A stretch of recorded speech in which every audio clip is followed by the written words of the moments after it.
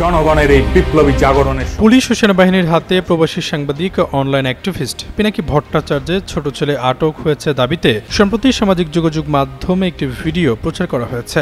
ভিডিওতে সাদা পাঞ্জাবি ও পায়জামা পরিহিত একজন ব্যক্তিকে আটক করে পুলিশের প্রিজন ভ্যানে তুলতে দেখা যায়। বিষয়টি নিয়ে নেট দুনিয়ায় তোলপাড় শুরু হয়। এদিকে রিউমার স্ক্যানার টিমের অনুসন্ধানে উঠে এসেছে প্রবাসী অনলাইন অ্যাক্টিভিস্ট পিনাকি ভট্টাচার্যের ছোট ছেলেকে আটক করা হয়নি।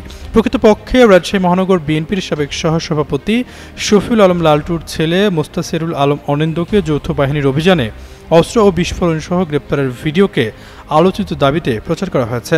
টিম রিউমার স্ক্যানার জানায়, দেশের একটি জাতীয় দৈনিকের ওয়েবসাইটে 2018 সালে পিনাকি ভট্টাচার্য নিখোঁজের সময় প্রকাশিত এক প্রতিবেদন অনুযায়ী পিনাকি ভট্টাচার্যের একজন ছেলে সন্তান রয়েছে।